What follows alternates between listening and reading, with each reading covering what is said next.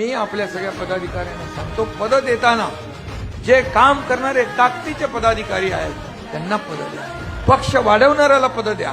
हा माझा आहे, हा माझा नाही, हा लांबचा आहे, हा दूरचा आहे, हा जवळचा आहे, हा मला सल्यूट करतो, हा मला नमस्कार करतो, हे बिलकुल आपल्या पक्षामध्ये चालत नाही. कारण शेवटी तुमचा प्रमुख जो आहे हा कार्यकर्ता, मुख्यमंत्री होता तेव्हाही, उपमुख्यमंत्री आहे तेव्हाही कार्यकर्ता म्हणून काम करतोय.